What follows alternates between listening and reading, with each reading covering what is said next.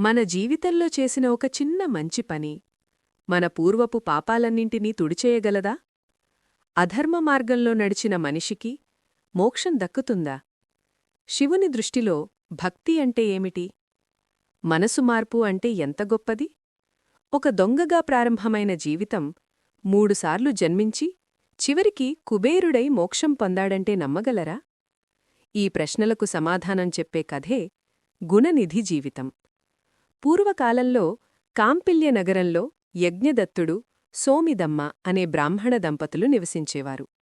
వేదాలు, వేదాంగాలు, శాస్త్రాలు, పురాణాలు అన్నింటిలోనూ ప్రావీణ్యం సంపాదించిన యజ్ఞదత్తుడు రాజాదరణ పొందుతూ రాజగురువుగా నియమించబడ్డాడు. జ్ఞానం, గౌరవం, కీర్తి ఇవన్నీ అతని చుట్టూ వెలుగులా విరాజిల్లేవి.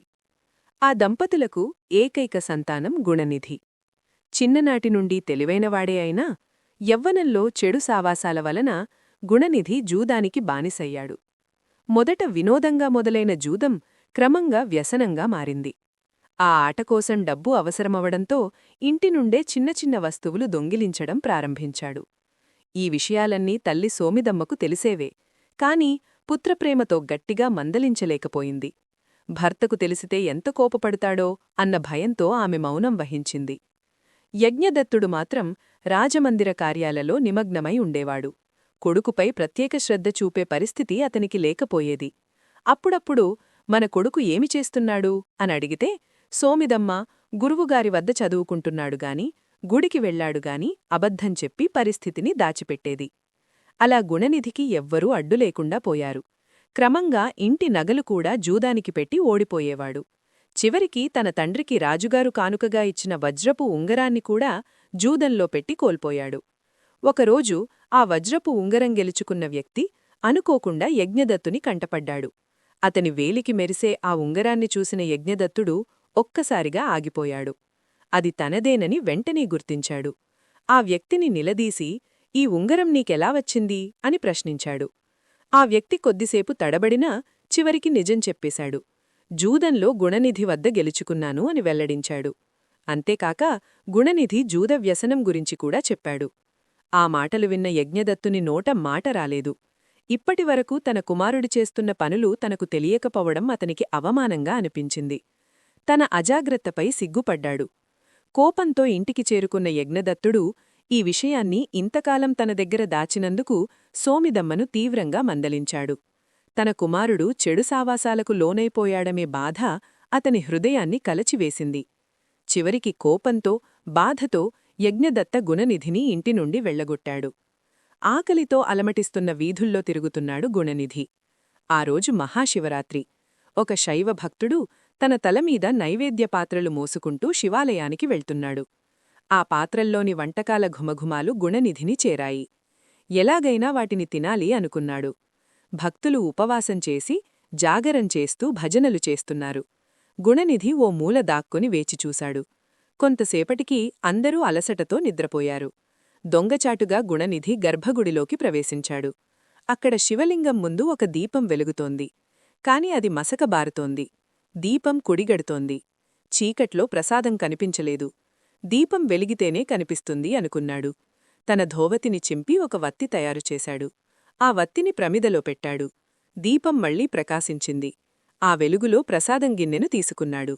గిన్నెతో బయటకు వస్తూ ఉండగా అతని కాలు ఒక భక్తుడికి తగిలింది. వాడు ఒక్కసారిగా మేల్కొని "దొంగ, దొంగ" అని అరవసాగాడు. గుణనిధి పాత్రతో సహా పరుగెత్తాడు. వెంటనే తళారులు తరుముకున్నారు. కొద్ది దూరంలో అతన్ని పట్టుకొని అక్కడికక్కడే కొట్టి చంపేశారు. గుణనిధి ఆత్మ బయటకు వచ్చింది.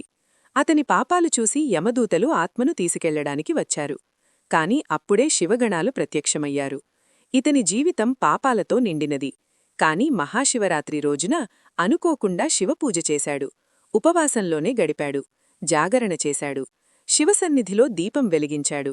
శివరాత్రి రోజున జరిగిన ఈ కార్యాలు అత్యంత పవిత్రమైనవి. ఆ ఒక్క క్షణపు పుణ్యమే ఇతని పాపాలను దహించింది అని చెప్పి శివగణాలు ఇతని ఆత్మను కైలాసానికి తీసుకెళ్లారు. తరువాతి జన్మలో అతను ఒక కళింగ రాజకుటుంబంలో జన్మించాడు. అతనికి దమనుడు అని పేరు పెట్టారు.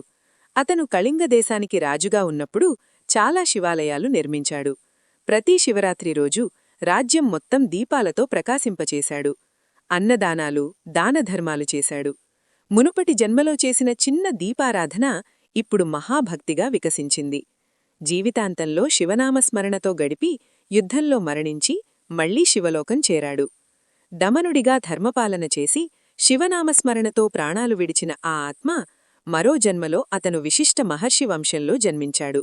అతనికి వైశ్రవణుడు అని పేరు పెట్టాడు. ఈ జన్మలో అతని మనస్సు మరింత ఆధ్యాత్మికత వైపు మళ్ళింది. హిమాలయ పర్వతాలలోకి వెళ్లి ఘోర తపస్సు ప్రారంభించాడు. మంచు గాలులు వీచినా, వర్షాలు కురిసినా అతని ధ్యానం కదలలేదు.